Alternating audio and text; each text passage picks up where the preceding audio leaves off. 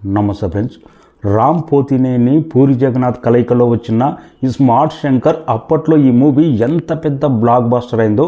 Telangana యాసలో dialogue, ప్రతి dialogue ఒక టెంపర్మెంట్లా పేలింది. సినిమా యూత్లో అయితే సపరేట్ క్రేజ్ క్రియేట్ చేసి పెట్టింది. ప్రతి డైలాగ్ రామ్ పోతినేని చెప్పే ప్రతి డైలాగ్ థియేటర్లో మాత్రం మోత మోగిపోయింది.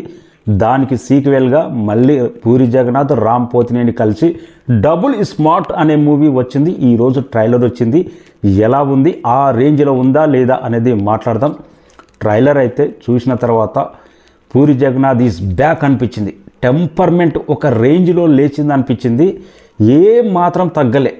రామ్ పోతినేని ఈ స్మార్ట్ శంకర్లో ఎంత ఎనర్జీగా, తెలంగాణ యాసలో ఆ డైలాగ్ ఎంత పవర్ఫుల్గా, ఎంత యూత్ఫుల్గా ఉన్నదో దానికి మించి అనే రేంజ్లో డైలాగ్ మాత్రం బంపరేగిపోయింది. ప్రతి డైలాగ్ జబర్దస్త్ గెటప్ సీన్ దగ్గర చెప్పే డైలాగ్, చార్మినార్ కుతుబ్ షా నగర్ అనే ఆ డైలాగ్ మాత్రం ఒక రేంజ్ అనిపించింది. ఇది కదా పూరి జగన్నాథ్ స్టామినా అంటే. ఒకప్పుడు టాప్ హీరోలకి పూరి జగన్నాథ్ ఒక రోల్ మోడల్. పూరి జగన్నాథ్ డైరెక్షన్లో నటిస్తే చాలు నా క్రేజ్ పెరుగుతుంది అనే రేంజ్లో పూరి జగన్నాథ్ క్రేజ్ ఉండేది. మళ్ళీ ఆ స్థాయికి, ఆ range temperament double smart trailer చూసిన తర్వాత కానొచ్చింది. బాలీవుడ్ నటుడు సంజయ్ దత్ గురించి ఎంత చెప్పినా తక్కువే. ఈ మధ్యకాలంలో సౌత్ సినిమాలు చేస్తున్నాడు. కేజీఎఫ్ తర్వాత సౌత్ సినిమా సత్తా ఏంటో తెలిసింది. దీంట్లో కూడా చాలా డిఫరెంట్ రోల్ ఉంది. లాస్ట్లో రామ్ పోతినేని తర్వాత సంజయ్ దత్ ఒక షాట్, గన్ షాట్ ఉంటుంది. ఆ షాట్ మాత్రం హైలైట్ అనిపించింది. ట్రైలర్ మొత్తానికి హైలైట్ అనిపించింది. డబుల్ స్మార్ట్ అంటే అక్కడ పేలింది అనిపించింది. పూరి జగన్నాథ్ ఈసారి కథ మీద చాలా బలంగా కూర్చున్నట్టున్నాడు. Mother sentiment, sister sentiment, family sentiment Pokiri స్టైల్లో తీసుకొచ్చిన అనిపించింది. కానీ ఇక్కడ తెలంగాణ యాసలో డైలాగ్ టెంపర్ తర్వాత క్లైమాక్స్లో ది బెస్ట్ అవుట్ఫిట్ ఇచ్చిండు. ఏమన్నా శివలింగం దగ్గర కొన్ని షాట్స్ నా పొటేల్ నువ్వే అన్నప్పుడు త్రిశూలంతో ఆ ఫైట్ షాట్ కానీ బ్రహ్మాండంగా అవుట్ స్టాండింగ్. యూత్ను మాత్రం మెంటల్కిచ్చే రేంజ్లో ట్రైలర్ అవుట్ స్టాండింగ్గా కట్ చేసిన పూరి జగన్నాథ్. దీంట్లో లాస్ట్ మూవీ లైగర్ ఎంత డిసప్పాయింట్ చేసి పూరి మీద ఎంత బ్యాడ్ ఒపీనియన్ క్రియేట్ చేసి పెట్టిందో, ఈ మూవీ అన్నీ కొట్టుకపోయి పూరీస్ బ్యాక్. టాప్ హీరోలు కూడా మళ్ళీ పూరి జగన్నాథ్తో నటిస్తే చాలు నా టెంపర్మెంట్ పెరుగుతుంది అనే రేంజ్లో పూరి మార్క్ అయితే కానొచ్చింది. పూరి జగన్నాథ్ సినిమాలో ఆలీకి ఒక డిఫరెంట్ రోలు పడ్డదంటే ఆ సినిమా బ్లాక్ బాస్టరే. గతంలో ఈడియట్ నుంచి మొదలైంది. బద్రీ సినిమా అయినా కానీ, చిరుత సినిమా అయినా కానీ, దేశముద్ర అయినా కానీ, ఇక లేటెస్ట్గా డిఫరెంట్ లుక్ చూస్తుంటే ఈసారి థియేటర్లలో హంగామా ఒక రేంజ్లో ఉండబోతుంది పూరి మార్క్ తోటి. అది కూడా డిఫరెంట్ కామెడీ. మనం పోకిరిలో చూసాం ఆలీని ఎంత డిఫరెంట్గా ఒక బెగ్గర్గా చూపెట్టి ఎంత ట్రెండ్ క్రియేట్ చేసి పెట్టిండో.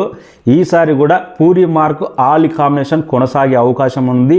పూరి జగన్నాథ్ ఆలీకి బెస్ట్ లక్కీ ఛాన్స్. అందుకే ఈ మధ్యకాలంలో ఆలీ లేకపోతే సినిమాలు కూడా పట్టు అవుతున్నాయి.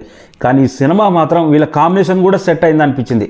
ఇక రామ్ పోతినేని గురించి ఆ ఎనర్జీ ఏంటి బాబు, ఆ డైలాగ్ డెలివరీ ఏంటి, గుడ్లుకి గులాబ్ జామ్ చేస్తా, ఎంత ఎనర్జీగా డైలాగ్స్ అయితే ప్రతి డైలాగ్ టెంపర్మెంట్ పేలే రేంజ్లో, యూత్ను మాత్రం విపరీతంగా ఆకర్షించే రేంజ్లో ఆ డ్యాన్స్ డెలివరీ కానీ, డైలాగ్ డెలివరీ కానీ, లాస్ట్లో ఆ శివలింగం ట్రైలర్ క్లైమాక్స్లో అయితే the best out standing. Puri తీసుకొచ్చిన ఆ ట్రైలర్ కట్ చేసిన విధానం, బిగినింగ్ నుంచి ఎండింగ్, మళ్ళీ ఆ లాస్ట్లో ఆ త్రిశూలంతో ఫైట్ తీసుకొచ్చిన విధానం, అక్కడ రామ్ పర్ఫార్మెన్స్. యూత్ మాత్రం ఈసారి ఆటోలలో దుమ్ము లేచిపోతుంది. ప్రతి సాంగ్ అంత టెంపర్మెంట్గా అనిపించింది. ట్రైలర్ మాత్రం కసితోటి పనిచేసిండు పూరి జగన్నాథ్. 100% ట్రైలర్ చూసిన తర్వాత అర్థమైంది. రామ్ ఈ స్మార్ట్ శంకర్ తర్వాత అసలైన ఇట్టే లేదు. మళ్ళీ డబుల్ స్మార్ట్తో డబుల్ బౌన్స్ బ్యాక్ అయ్యే రేంజ్లో రామ్ కూడా పనిచేసిండు. ఇంకా మ్యూజిక్ మణిశర్మ గురించి ఎంత చెప్పినా తక్కువే. ది బెస్ట్ బ్యాక్గ్రౌండ్ స్కోర్ ఆయన గురించి ఎంత చెప్పినా తక్కువే.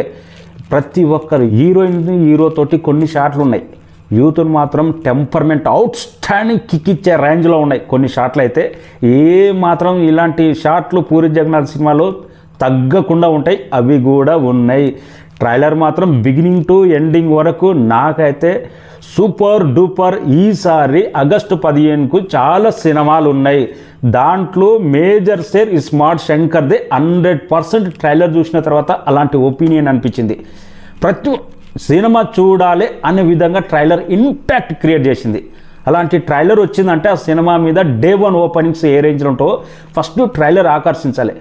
ఏ విధంగా ఎక్కడ డిసప్పాయింట్ చేయలేదు. ట్రైలర్ బిగినింగ్ నుంచి ఎండింగ్ నుంచి కాన్సెప్ట్ సిఆర్జీ సిండే కానీ ఆ బ్రెయిన్ మార్పిడి కానీ, తర్వాత సేమ్ అక్కడ స్మార్ట్ శంకర్లో అక్కడ బ్రెయిన్ కాన్సెప్ట్ ఫస్ట్ ఎట్లున్నదో డబుల్ స్మార్ట్లో సేమ్ ఆ బ్రెయిన్ కాన్సెప్ట్ని తీసుకొని ఇప్పుడు మ్యాజిక్ అనేది ఎలా క్రియేట్ చేసిండు పూరి జగన్నాథ్. ఎక్కడ స్క్రీన్ ప్లే డిసప్పాయింట్ చేసినా కానీ స్టోరీ దెబ్బ పడుతుంది.